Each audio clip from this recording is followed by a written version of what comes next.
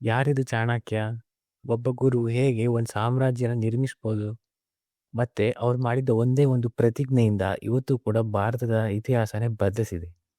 ಹಾಗಾದ್ರೆ ಬನ್ನಿ ಇವತ್ತಿನ ವಿಡಿಯೋದಲ್ಲಿ ತಿಳ್ಕೊಳ್ಳೋಣ ಇದು ಯಾರು ಚಾಣಕ್ಯ ಅಂತ. ಯಾರು ಕೂಡ ವಿಡಿಯೋನ ಸ್ಕಿಪ್ ಮಾಡಬೇಡಿ, ಕೊನೆ ತನಕ ನೋಡಿ. ವಿಡಿಯೋ ಇಷ್ಟ ಆದರೆ ಲೈಕ್ ಮಾಡಿ, ಶೇರ್ ಮಾಡಿ ಮತ್ತೆ ಸಬ್ಸ್ಕ್ರೈಬ್ ಮಾಡಿ. ಬನ್ನಿ ವಿಡಿಯೋಗೆ ಹೋಗೋಣ. ಭಾರತದ ಇತಿಹಾಸದಲ್ಲಿ ಅನೇಕ ಮಹಾನ್ ವ್ಯಕ್ತಿಗಳಿದ್ದಾರೆ. ಆದರೆ ನಮಗೆ ಇವತ್ತು ರಾಜಕೀಯ ತಂತ್ರ ಬುದ್ಧಿವಂತಿಕೆ ಅಂತ ನಮಗೆ ಮೊದಲು ನೆನಪಾಗೋದೇ ಚಾಣಕ್ಯ. ಇವ್ರನ್ನ ಕೌಟಿಲ್ಯ ಅಥವಾ ವಿಷ್ಣುಗುಪ್ತ ಅಂತ ಕೂಡ ಕರಿತಾ ಇದ್ವಿ. ಮತ್ತೆ ಇವ್ರು ಕೇವಲ ಒಬ್ಬ ಪಂಡಿತ ಮಾತ್ರ ಅಲ್ಲ, ಭಾರತ ಇತಿಹಾಸನೇ ಬದಲಿಸಿದ ಒಬ್ಬ ಮಹಾನ್ ವ್ಯಕ್ತಿ ಅಂತಾನೆ ಹೇಳ್ಬೋದು. ಇನ್ನು ಇವರು ಕ್ರಿಸ್ತಪೂರ್ವ 4ನೇ ಶತಮಾನದಲ್ಲಿ ಬದುಕಿದ್ರು. ಮತ್ತೆ ಇವರು ವಿದ್ಯಾಭ್ಯಾಸ ಮಾಡಿದ ಸ್ಥಳ ಅವತ್ತಿಗೆ ಆ ಕಾಲದಲ್ಲಿ ವಿಶ್ವಪ್ರಸಿದ್ಧವಾದ ತಕ್ಷಶಿಲಾ ವಿಶ್ವವಿದ್ಯಾಲಯ. ಅಲ್ಲಿ ಅವರು ರಾಜಕೀಯ, ಅರ್ಥಶಾಸ್ತ್ರ, ಯುದ್ಧತಂತ್ರ ಮತ್ತೆ ಈ ಥರ ಎಲ್ಲ ಆಡಳಿತ ವಿಷಯಗಳನ್ನ ತುಂಬ ಅತ್ಯಂತ ಆಳವಾಗಿ ಅದರ ಜ್ಞಾನನ ಪಡ್ಕೊಂಡಿದ್ರು. ನೆಕ್ಸ್ಟ್ ಅದಾದ್ಮೇಲೆ ಅದ್ರ ನಂತರ ಅವರು ಅಲ್ಲೇ ಗುರುಗಳಾಗಿ ಕಾರ್ಯನ ನಿರ್ವಹಿಸಿದ್ರು. ಆ ಕಾಲದಲ್ಲಿ ಭಾರತ ಸಣ್ಣ ಸಣ್ಣ ರಾಜ್ಯಗಳಾಗಿ ವಿಭಜಿತ ಆಗಿತ್ತು. ಈ ವಿಭಜನೆಯಿಂದ ನಮ್ಮ ಭಾರತ ಸ್ವಲ್ಪ ದುರ್ಬಲವಾಗಿತ್ತು ಆ ಟೈಮಲ್ಲಿ. ಮತ್ತೆ ಇವ್ರ ಕನಸು ಯಾವಾಗಲೂ ಕೂಡ ಒಂದು ಬಲಿಷ್ಠವಾಗಿ ಮತ್ತೆ ಏಕೀಕೃತವಾಗಿ ಭಾರತನ ಮಾಡಬೇಕು ಅಂತ.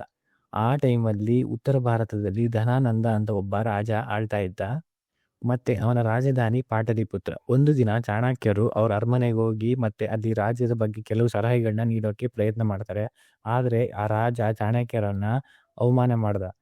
ಕೆಲವು ಕಥೆಗಳ ಪ್ರಕಾರ ಅವನು ಚಾಣಕ್ಯರನ್ನ ಹಾಸ್ಯ ಮಾಡ್ದ ಮತ್ತೆ ಅರಮನೆಯಿಂದ ಹೊರ ಹಾಕ್ದ. ಈ ಘಟನೆಯಿಂದ ಚಾಣಕ್ಯರು ಜೀವನದಲ್ಲಿ ಒಂದು ದೊಡ್ಡ ತಿರುವು ಆಯ್ತು. ಅವಮಾನದಿಂದ ಕೋಪಗೊಂಡಿದ್ದ ಚಾಣಕ್ಯರು ಒಂದು ಸಂಕಲ್ಪ ಮಾಡಿದ್ರು. ಅವತ್ತು ಅವರು ತಮ್ಮ ಕೂದಲನ್ನು ಬಿಚ್ಚಿ ನಂದ ವಂಶವನ್ನು ನಾಶ ಮಾಡುವವರೆಗೆ ನಾನು ಇದನ್ನು ಮತ್ತೆ ಕಟ್ಟುವುದಿಲ್ಲ ಅಂತ ಹೇಳ್ತಾರೆ. ಈ ಪ್ರತಿಜ್ಞೆ ಮಾಡ್ತಾರೆ. ಈ ಪ್ರತಿಜ್ಞೆಯಿಂದ ಭಾರತದ ಇತಿಹಾಸನೇ ಬದಲಾಗುತ್ತೆ ಅಂತಾನೆ ಹೇಳ್ಬೋದು. ಈ ಪ್ರತಿಜ್ಞೆನ ಅವರು ಮಾಡಿದ ನಂತರ ಅವರು ಒಬ್ಬ ಒಳ್ಳೆ ರಾಜ ಅಥವಾ ನಾಯಕನ ಹುಡುಕ್ತಾ ಇರ್ತಾರೆ. ಅದೇ ಸಮಯದಲ್ಲಿ ಅವರಿಗೆ ಒಬ್ಬ ಯುವಕ ಸಿಗ್ತಾನೆ, ಅದು ಚಂದ್ರಗುಪ್ತ ಮೌರ್ಯ. ಚಾಣಕ್ಯರು ಚಂದ್ರಗುಪ್ತ ಮೌರ್ಯನಲ್ಲಿ ಒಂದು ಒಳ್ಳೆ ನಾಯಕತ್ವ ಮತ್ತೆ ಧೈರ್ಯನ ನೋಡ್ತಾರೆ. ಅವರು ಚಂದ್ರಗುಪ್ತನ ಅವ್ರ ಬಳಿ ಇಟ್ಕೊಂಡು ಕೆಲವು ವರ್ಷಗಳ ತರಬೇತಿ ಕೊಡ್ತಾರೆ. ಯುದ್ಧ ಕಲೆ, ರಾಜಕೀಯ ತಂತ್ರ, ಸೇನೆ ವ್ಯವಸ್ಥೆ ಮತ್ತೆ ಆಡಳಿತ ಮಾಡೋದು ಹೇಗೆ ಇದ್ರೆ ಸಂಪೂರ್ಣ ಶಿಕ್ಷಣನ ನೀಡ್ತಾರೆ. ಇನ್ನು ಅವರು ಪುಸ್ತಕದಲ್ಲಿ ಏನಿದೆಯೋ ಅದನ್ನ ಮಾತ್ರ ಕಲಿಸ್ತಾ ಇರಲಿಲ್ಲ. ಅವರು ನಿಜ ಜೀವನದಲ್ಲಿ ಏನೇನು ಆಗ್ತಿದೆ ಅದನ್ನ ಉದಾಹರಣೆಗಳಾಗಿ ತಗೊಂಡು ಅದನ್ನ ಕಲಿಸ್ತಾ ಇದ್ರು. ಉದಾಹರಣೆಗೆ ಚಾಣಕ್ಯರು ಮತ್ತೆ ಚಂದ್ರಗುಪ್ತ ಇಬ್ರು ಕೂಡ ಒಂದು ಗ್ರಾಮಕ್ಕೆ ಹೋಗಿರ್ತಾರೆ. ಅಲ್ಲಿ ತಾಯಿ ತನ್ನ ಮಗುಗೆ ಊಟ ಮಾಡಿಸಿರ್ತಾಳೆ. ಆ ಮಗು ತಟ್ಟೆಯಲ್ಲಿದ್ದ ಅನ್ನನ ಮಧ್ಯದಿಂದ ತಿನ್ನೋಕೆ ಪ್ರಯತ್ನ ಪಡುತ್ತೆ. ಆದ್ರೆ ಅದು ತುಂಬಾ ಬಿಸಿ ಇದ್ದಿದ್ರಿಂದ ಆ ಮಗುವಿನ ಕೈ ಸುಟ್ಟೋಗುತ್ತೆ. ಆಗ ಆ ತಾಯಿ ಒಂದು ಮಾತನ್ನ ಹೇಳ್ತಾಳೆ, ನೀನು ಕೂಡ ಆ ಮೂರ್ಖ ಚಂದ್ರಗುಪ್ತನ್ ತರ ಯೋಚನೆ ಮಾಡ್ಬೇಡ. ಅವನು ಕೂಡ ದೊಡ್ಡ ದೊಡ್ಡ ನಗರಗಳ ಮೇಲೆ ಮೊದಲು ದಾಳಿ ಮಾಡ್ತಿದ್ದಾನೆ. ಆದ್ರೆ ಮೊದಲು ಹೊರಗಿನ ಸಣ್ಣ ಪ್ರದೇಶಗಳನ್ನ ದಾಳಿ ಮಾಡಿ ಗೆದ್ದು ಬಂದ ನಂತರ ಮಧ್ಯಕ್ಕೆ ಬರಬೇಕು ಅಂತ. ಈ ಮಾತನ್ನ ಕೇಳಿದ ಚಾಣಕ್ಯರು ಒಂದು ಪಾಠನ ಅಲ್ಲಿ ಅರ್ಸ್ಕೊಂಡ್ರು. ಆಗ ಅವರು ಅವ್ರ ತಂತ್ರನ ಬದಲಾಯಿಸ್ಕೊಂಡ್ರು. ನೇರವಾಗಿ ದೊಡ್ಡ ರಾಜ್ಯಗಳ ಮೇಲೆ ಯುದ್ಧ ಮಾಡೋ ತಂತ್ರನ ಬದಲಾಯಿಸಿ ಚಿಕ್ಕ ಚಿಕ್ಕ ನಗರ ಮೇಲೆ, ಚಿಕ್ಕ ಚಿಕ್ಕ ರಾಜ್ಯದ ಮೇಲೆ ದಾಳಿ ಮಾಡೋಕೆ ಶುರು ಮಾಡಿದ್ರು. ಇನ್ನು ಇವರು ಅತ್ಯಂತ ಶಕ್ತಿಶಾಲಿ ಗುಪ್ತಚರ ವ್ಯವಸ್ಥೆನ ಮಾಡ್ಕೊಂಡಿದ್ರು. ಅವರು ದೇಶದ ಎಲ್ಲಾ ಭಾಗದಲ್ಲೂ ಕೂಡ ಗುಪ್ತಚರನ ನೇಮಿಸಿದ್ರು. ಇದರಿಂದ ಅವರಿಗೆ ಶತ್ರುಗಳು ಯಾವ್ಯಾವ ಯೋಜನೆ ಮಾಡಿರ್ತಾರೆ, ಏನೇನು ಪ್ಲಾನ್ ಮಾಡಿರ್ತಾರೆ ಅಂತ ಇವ್ರಿಗೆ ಮುಂಚೆನೆ ಗೊತ್ತಾಗ್ತಿತ್ತು. ಈ ಮಾಹಿತಿಯಿಂದ ಅವರು ಈ ಆಧಾರದ ಮೇಲೆ ಅವರು ಶತ್ರುಗಳಿಗಿಂತ ಒಂದು ಹೆಜ್ಜೆ ಮುಂದೆನೆ ಇವರು ಇರ್ತಾ ಇದ್ರು ಯಾವಾಗ್ಲೂ ಕೂಡ. ಹೀಗೆ ಎಲ್ಲಾ ರಾಜ್ಯಗಳನ್ನ ಸೋಲಿಸ್ತಾ ಚಂದ್ರಗುಪ್ತ ಮತ್ತೆ ಚಾಣಕ್ಯರು ನಂದ ವಂಶನ ಸೋಲಿಸ್ತಾರೆ. ಈ ಜಯದ ನಂತರ ಚಂದ್ರಗುಪ್ತನು ಭಾರತದ ಮಹಾನ್ ಸಾಮ್ರಾಜ್ಯ ಅಂತ ಫೇಮಸ್ ಆಗಿರೋ ಮೌರ್ಯ ಎಂಪೈರ್ನ ಸ್ಥಾಪನೆ ಮಾಡ್ತಾನೆ.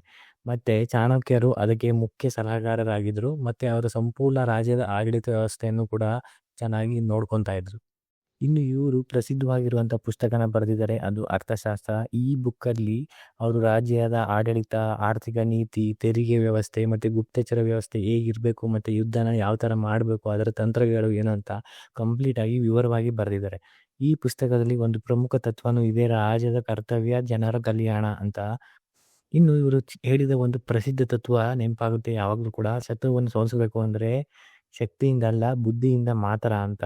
ಅವ್ರು ಯಾವಾಗಲೂ ಕೂಡ ದೂರದೃಷ್ಟಿ ಯೋಚನೆ ಮಾಡ್ತಾ ಇದ್ರು. ಮತ್ತೆ ಅವ್ರ ತಂತ್ರ ಎಷ್ಟು ಪರಿಣಾಮಕಾರಿಯಾಗಿರ್ತಿತ್ತು ಅಂದರೆ ಇವತ್ತಿಗೂ ಕೂಡ ಅವನ ರಾಜಕೀಯ ಮತ್ತು ವ್ಯವಹಾರಗಳಲ್ಲಿ ಅಧ್ಯಯನ ಮಾಡ್ತಾರೆ ಕೆಲವರು. ಇವರು ಇಷ್ಟೆಲ್ಲ ಇದ್ರೂ ಕೂಡ ಒಂದು ತುಂಬ ಸರಳವಾದ ಜೀವನನ ಮಾಡ್ತಾ ಇದ್ರು. ಮತ್ತೆ ಅವ್ರು ರಾಜಕೀಯದ ಅಧಿಕಾರದಲ್ಲಿ ಇದ್ರೂ ಕೂಡ, ಒಂದು ಒಳ್ಳೆ ಪೊಸಿಷನಲ್ಲಿ ಇದ್ರೂ ಕೂಡ ಅವರು ಹಣದ ವ್ಯಾಮೋಹ ಇರಲಿಲ್ಲ ಅವ್ರಿಗೆ. ಮತ್ತೆ ಅವ್ರ ಉದ್ದೇಶ ಒಂದೇ ಇದ್ದಿದ್ದು ದೇಶದ ಬಲ ಮತ್ತೆ ಜನರ ಕಲ್ಯಾಣ ಅಂತ ಅವ್ರ ಪುಸ್ತಕದಲ್ಲೂ ಕೂಡ ಅದನ್ನು ಬರೆದಿದ್ದಾರೆ. ಒಟ್ಟಾರೆ ಹೇಳೋದಾದ್ರೆ ಇವರು ಒಬ್ಬ ಗುರು ಮಾತ್ರ ಅಲ್ಲ, ಭಾರತದ ಇತಿಹಾಸನೇ ಬದಲಿಸಿದ ಒಬ್ಬ ಮಹಾನ್ ವ್ಯಕ್ತಿ, ಮಹಾನ್ ತಂತ್ರಜ್ಞ ಅಂತಾನೆ ಹೇಳ್ಬೋದು. ಇವರ ಬುದ್ಧಿವಂತಿಕೆ ಮತ್ತೆ ಯೋಜನೆಯಿಂದನೇ ಚಂದ್ರಗುಪ್ತ ಮಹಾನ್ ಸಾಮ್ರಾಜ್ಯನ ಸ್ಥಾಪಿಸಿದ. ಮತ್ತೆ ಇವತ್ತಿಗೂ ಕೂಡ ಇವರ ಚಾಣಕ್ಯರ ತತ್ವಗಳು ಮತ್ತೆ ರಾಜಕೀಯ ಮಂತ್ರ ತಂತ್ರ ಏನಿದೆ ಇವತ್ತಿಗೂ ಕೂಡ ನಮಗೆ ಜೀವನದ ಪಾಠಗಳಾಗಿ ಉಳಿದಿವೆ ಅಂತಾನೆ ಹೇಳ್ಬೋದು. ಒಟ್ಟಾರೆ ಹೇಳೋದಾದ್ರೆ ಒಬ್ಬ ಸಾಮಾನ್ಯ ಬ್ರಾಹ್ಮಣ ತನ್ನ ಬುದ್ಧಿ ಮತ್ತೆ ತಂತ್ರದಿಂದ ಭಾರತ ಇತಿಹಾಸನೇ ಬದಲಿಸಿದ. ಮತ್ತೆ ಅವನಿಗಾಗಿದ್ದ ಅವಮಾನನ ಅದನ್ನ ಶಕ್ತಿಯಾಗಿ ಪರಿವರ್ತಿಸಿಕೊಂಡು ಒಂದು ಮಹಾನ್ ಸಾಮ್ರಾಜ್ಯನೇ ನಿರ್ಮಿಸಿಕೊಂಡ. ಇದೇ ಕಾರಣದಿಂದ ಚಾಣಕ್ಯನ ಕತೆ ನಮ್ಗೆ ಇವತ್ತಿಗೂ ಕೂಡ ಮಹತ್ವದ ಪಾಠನೇ ಹೇಳುತ್ತೆ. ಶಕ್ತಿ ಮಾತ್ರ ಅಲ್ಲ, ಬುದ್ಧಿ ಮತ್ತೆ ತಂತ್ರ ಇದ್ರೆ ಇತಿಹಾಸನೇ ಬದಲಾಯಿಸ್ಬೋದು ಅಂತ. ಈ ಮಾಹಿತಿ ನಿಮ್ಗೆ ಇಷ್ಟ ಆದ್ರೆ ನಮ್ಮ ವಿಡಿಯೋನ ಲೈಕ್ ಮಾಡಿ, ಶೇರ್ ಮಾಡಿ ಮತ್ತೆ ಸಬ್ಸ್ಕ್ರೈಬ್ ಮಾಡಿ. ಮತ್ತೆ ನಾನು ನಿಮ್ಗೆ ಸಿಗ್ತೀನಿ ನೆಕ್ಸ್ಟ್ ವಿಡಿಯೋದಲ್ಲಿ. ಎಲ್ರಿಗೂ ಧನ್ಯವಾದಗಳು.